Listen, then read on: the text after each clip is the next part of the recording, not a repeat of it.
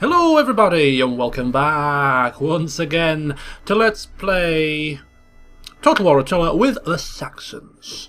So, I've just been having a little bit of a look around just off camera before starting the session to reacquaint myself with how we left off in the last session, and I've noticed one thing here which is quite nice to see. I was looking at the relative strengths of all the various Celtic tribes to see where we stand, and look at this. The Abdanians are weaker than us, ranked number 34. It appears that they only have a few remaining troops down here near Burdigala. Of course, they're at war with these people whose name escapes me, the Septimaniacs, and these two lands are ripe for the picking, which is what we're going to be focusing on in this session, capturing these two. But then we have the situation with the Picts, the Caledonians and the British, all intertwined with alliances. Now, the Picts, as we can see from their power bar, they are fairly weak as well. They have, I'm sure they had a land somewhere down here, if I wasn't mistaken. Yep, Narbo. But from what we can see, nothing much up here. The Caledonians are in even worse shape. Look at the balance bar here. They're ranked 50 in terms of power. They must have been decimated over on the mainland of Gaul somewhere. They're not looking too rosy. And the British, of course, they're just a one-man gang, basically. They have this lovely capital city here of the north. Other than that, nothing much to speak home about. The only thing that they have going for them is the relations and the military alliances, defensive alliances with the various people. And one thing that I don't like to see is the fact that they also have now a defensive alliance with the Allemans, which they didn't have before. This might cause a tiny incy-wincy bit of a problem later on if when we do finally take this. The Allemans, how strong are they? They've got quite a bit of land, so getting into a war with these guys, a little bit shady. Okay, but it's worth keeping an eye on. But yeah, the Celtic tribes to the north, not looking too good. They're looking a bit battered and bruised, so the time to strike at the entirety of the British Isles certainly is now. So I think we've just timed this absolutely perfectly. Couldn't have timed it any better. So yeah, the focus of this session is to get this third army recruited ASAP, and then let's take it on initially to here, capture these two, and then push to Scotland to take down the Caledonians and the Picts in Britain. And then if there's any of them left, we'll sue for peace. You can keep your lands in Gaul, we don't want those. Let's have a peace. Let's be friends. You'd be foolish not to. Okay, so as we left off in the last session also, we had a bit of political wrangling going on. Of course, Esla's older sister, no less, rather conveniently wife of much-loved Senrad, is using her massive influence to try and assassinate her younger brother, who she thinks is completely useless, a bumbling buffoon who's got no proven track record to lead this clan, and has two bastard children. I mean, what kind of a leader is this? We need somebody strong, somebody who's obviously very fertile, somebody who's willing to put his life on the line for the good of the people, all this sort of jazz, and that is why she is doing this. Now, of course, Gewis does have a younger son who might be first choice to be heir, but whilst this younger son is only 6 years old, it would be foolish of the king to give the heirship to a babe in arms. So, even if it is only temporarily giving it to Senrad, it's a starter for 10. And then she can perhaps work her wily charms on bumping off a young child when he comes of age. No problem. So, there we go. So we'll see what happens. Now, before I start recruiting this third army, I want to get another couple of turns in where I'm just gathering a bit more cash, because the army is going to be quite expensive and the upkeep is going to plummet this number right down to 0 pretty much. So we need to ensure that we have a bit of a cushion to our treasury for emergency situations. So a couple more turns to get some more coin, and then we will start the recruitment of the third army, which I have chosen a name for. Now, you suggested some names on the comments of the last video, and there's also a long list of army names on the forums under the army naming thread, and I've decided to choose none of them. A name of an army came to my mind, and I'm going to use that. I hope you will forgive me. I thought it was quite a little play on words. So when we recruit this army, you shall see what it is. You'll have to excuse me if I start coughing, spluttering, sniffing. I have got a cold. Not in the best of shape. So there you go.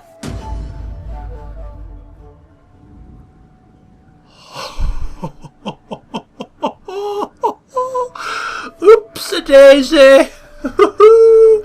Looks like Esla might not have been killed, but he's been injured. Okay. Now we have a situation here. We need a new commander for the Sons of Saxony. We could have Wigbert, who is a fighter, who was already in the council. He formerly was in charge of a navy that assisted Senrad down to fight the Gauls. He's proving himself. He's getting a bit old. He's knocking on a touch. But I think we're going to take this opportunity to expand our council a little bit. We've only got 2 councillors, which is giving us total dominion over the clan, which isn't good for the balance of power. So we're going to try and see if we can bring in a new council member, a new noble brother in arms, and we'll go for the nice young chap here, Seda. He's a relentless attacker. I think maybe a steadfast defender would be better. Would it be better? Yeah, I think he's going to be left in charge of the defensive forces. So we'll bring him in. He's 38. We're going to have to pay a bit of coin to get him into the army. It's going to cost us 400. But yeah, new council member. Say hello to Edmund. Thirsty for battle. Unfortunate injury. The assassination was a failure. The target was wounded. However, there was no witnesses, ensuring that nothing leads back to you or your assassin. Oh, damn. Damn emblastation, he's alive. Injured, but alive. Bloody hell. So, not good news then. Esla's crippled temporarily, but he's alive. And because he's been, he's had this attempt on his life, although there was no witnesses ensuring that we're okay, we haven't been found out, we can't assassinate him again for some time because he's going to increase his personal bodyguard. The king is on high alert, Esla's on high alert, and therefore any further assassination attempts are going to be very, very difficult. So we've had our one chance for now. That means that we're going to have to hope and pray that he dies a natural death at some point, or dies in battle. Okay, so temporarily we have this man, Edmund, leading the troops. Let's see if we can take a closer look at him now that he's in the council. Let's take a wee peek. So here he is. He's stupid. What a good choice. Quite frankly, this man is thicker than a whale omelette. Marvellous. Well, he's just standing in for the moment. We're not ready to strike out against the Ebdanians, and I don't know how long Esla's going to be injured for. Probably a couple of turns, but he should be back in time for the war, so he'll be put back in charge of the army, and then Edmund will just be a statesman. But there we go. So a bit of a failure there for old Senrad and his wife. Cursing the gods. Why? And they should be cursing the poorly trained assassin they sent. Okay. Okay, so our agent has been discovered. Not a problem at all. And Gewis has gained a trait procrastinator, maybe because of the fact that he's taken a long time to recruit this army. And what else? Exchange of expertise. Yes, that is the technology, of course. We are now going to try and go for... I think what we'll do is we'll go for this one. Cheaper recruitment cost for melee units. We won't get it in time to recruit this new army, but for future armies and future recruits it'll come in very handy. So going back to military for the time being. Okay. We take a look at the old diplomacy screen. I'm trying in earnest to get non-aggression and or trade with the Franks. It hasn't gone well in the past, but we will keep plugging away. Because I'm sure they'll come to their senses eventually. Speaks without wisdom is not welcome. Be like a spirit. And have a point. Ah! No, it's not happening, is it? It's just not happening. Okie dokie. Alright. Something on fire here? So, 8,756. We're already down to 1,911. I don't know why our income has dropped here. I don't know what's going on, but we'll end one more turn, I think, and then we shall be ready to start the recruitment of this army. So, fingers crossed nothing gets in our way.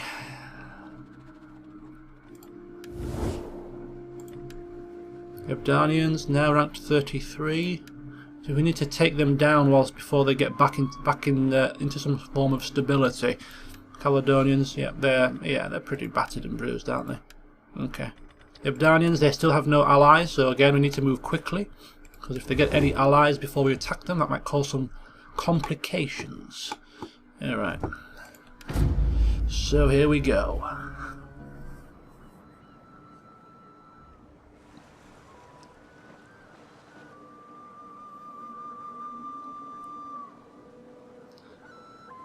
We're going to have to do a little bit of jiggery-pokery now, because obviously High King Guis has been in charge of Britannia Superior as the as a governor for some time, and he's got a lot of personal retinue and stats and traits that really do lend themselves to his governorship of that location. So when somebody else takes control, it might prove to be a little bit of a blow to the province as a whole. Right, this agent keeps getting... Senrad has gained respect for, that's good. And Esla is now back and ready for duty. A very short-term injury. At least if the assassin was going to injure him and not kill him, they could have at least made it a very crippling injury. I mean, how useless was that assassin? My goodness gracious. Okay, so we're going to have to do a little bit of jiggery-pokery here. Now, let's just take a look. First of all, at the treasury. Yeah, we're doing well. We're back up to full mashings here. Okay. Food is looking very healthy. Now, let's take a look at Guis. His authority allows him +2 to public order. Although that's taken away from because of his torturer trait. Couple of building construction cost bonus here from the architect. Unit experience. Diplomatic tone gives him extra trade income from trade tariffs. Not sure if that's a governed property or if that's just generally faction wide anyway. Respectful is governed province religious influence, but we've already increased that quite considerably. And then procrastinator. Excuse me, I'm sneezing now. Oh dear me. So I don't. Okay, maybe it wouldn't be a massive blow, but we're going to change his household to be more military based. So +3 for infantry unit recruits. Of course, we are recruiting very soon, so that's going to be very useful. Sorry, and that is for infantry recruits. So we'll hold off the infantry until the next turn. So we'll go for the missile troops to start with. This is unit experience for missile infantry recruits. See if we can get something else. +10 morale on in own or allied territory. We've got.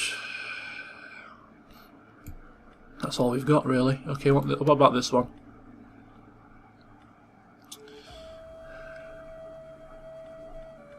Might as well go for this one. Okay, so nothing extremely useful in terms of our household for military purposes. It's a bit of a shame, but right, okay. So we'll get those into place. Maybe we should wait one more turn to get these in before we start recruiting then. Just a little tinsy-wincy bit more of a wait. Who are we going to put in charge? Now we've got Horsa, who is a statesman. Oh, he's governor already. We've got Wigbowit. Let's have a look at him. He doesn't have anything particularly negative or positive in terms of a governorship. Morale for all naval recruits and infantry recruits. So if we put him in there as governor, and we also have High King Gewis with his household giving a bonus to infantry experience, morale plus experience combined, that would be pretty handy. So I think we'll do that. We'll take Gewis out of control now. He's had his turn.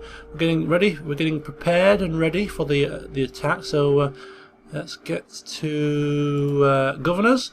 Britannia Superior. That's going to take one turn for Wigbowit to come into effect. So let's kick him out and bring Wigbowit in. That will leave Gewis free next turn to recruit this army. So we get morale boost and experience boost for troops, which is very useful. And of course now we also need to kick General Aidmund out of the army that he's just come into. Now how do we do that? It's been a while. General details, there we go. Kick him off, kick him into touch, bring Esla back into control, like that. There he is that Esla? Yep. And of course he's got already some useful households for being commander. Okay. So there we go. Bit of political manoeuvring, but it seems to be okay. End the turn again, and then we can start recruiting our army. Anything else to report? Nothing to report. Nothing to report. Oh dear. Uh-oh. Look at this. The Septimaniacs. Not the Hulkamaniac's brother, but the Septimaniacs running wild on the Ebdanians. If you'll excuse the wrestling puns, of course. Let's have a look at the Ebdanians now. Oh, they're suffering. They are suffering. Now, of course, we are going to be going to war with them. We do have a non-aggression pact. We do have trade as well. So before we strike, we're just going to have to be careful to end these so we don't suffer any penalties. And the sooner we end them, the better. If we end it quickly and then strike in the next turn, it's just going to give us a little bit of treachery. Whereas if we end it now, let a bit of time pass, the blow will be slightly smaller, I think. I think that's how it works. So that's what we'll do. We'll start doing it now. So let's go to diplomacy. Well met, friend. Sit and let your words move me to anger or agreement. So we'll end that. We're still trading though. We'll keep trading till the bitter end, but the non-aggression pact has gone, which then takes them down to yellow face. Probably can smell a rat right now. We're deteriorating with the Franks even worse all of a sudden. We will gladly listen to your offers, but do not wrap them in lies. The spirits know truth. No, it's like flogging a dead horse, this, isn't it? You know, it's just there's just no point. Okay. Britannia Superior, yes, I think he's on the way. He's on the way. Oh, and the Might of Tew is temporarily suspended until the new governor is back and ready to rock and roll. Ah, righty-ho! Where are we? Okay, war declared, Vandals on Huns, agent exposed, peace negotiated, Alamans and Ebdanians. Wow, I thought they were... Oh, they weren't allies, it was the British that were allied with them. Construction complete and unseasonal conditions in Britannia Superior, a good spring. So the omens are good. The omens are good. We have a nice healthy treasury, still pretty good income. Now is the time, my friends. Now is the time. Forget what else is happening in the world. I couldn't care less right now. What we do care about is getting this third army ready and in position to strike. So first of all, Sons of Saxony. Oh, look at this. Only 2 now per turn. Going to be a bit of movement going on. Senrad is going to be brought back down here to Londinium. Because when they go off to march, there's going to be no army left in here, which is going to lead to negative public order. So they will come down, they will go up and take that, and that will be Britannia Inferior. Sorted. But that's not going to be happening just yet, because just now it's time for us to raise a force. High King Gewis himself, age 52, with all his stats, all his traits, is ready to go to war. Let's raise that army. The Might of 2 is back on, giving us an extra army recruitment slot in the next turn, unfortunately. Never mind. Right, here he is. The Earth Shakers, you say? What a stupid name. How do we change the bloody thing? There we go. Let's have a look first of all. Is there anything that really resembles a crown? The king's own army? There's quite a few, isn't there? But nothing that resembles a crown. Okay, what's that? What's this? I don't like any of these. That'll do, whatever the hell that is. Not sure. A scepter, maybe? It'll do. Okay, so there we go. More importantly, though, the name. Now, thank you for your suggestions, but as I said, something just cropped into my mind, and I thought, that'll work. We have the Tew is the god of something. Forgotten already. I read this before I start the session, hoping to remember. I should write them down. He's the god of something. God of war? I don't know. God of something. Might of 2 is an edict. And if it's good enough for him, it's good enough for me. The Might of 2? No. The Might of Gew. Yes. The Might of King Gew. Bit of a play on words. There we go. I thought it was quite humorous. Anyway, let's get recruiting, shall we? We'll start with the cheapest troops first, which will be the Nordic skirmishers. We're going to go for 4 of them. So that'll take us 1 turn. I was hoping to make use of the extra recruitment slot to recruit this army in 4 turns, but it's going to take a little bit longer now. Which is a bit of a bummer, but never mind. I mean, what we could do is we could recruit this army to half strength, and then we can set Esla off on his way to take Sagontium ASAP. I mean, we don't have to strike him at the same time. It would be nice, but we don't have to do that.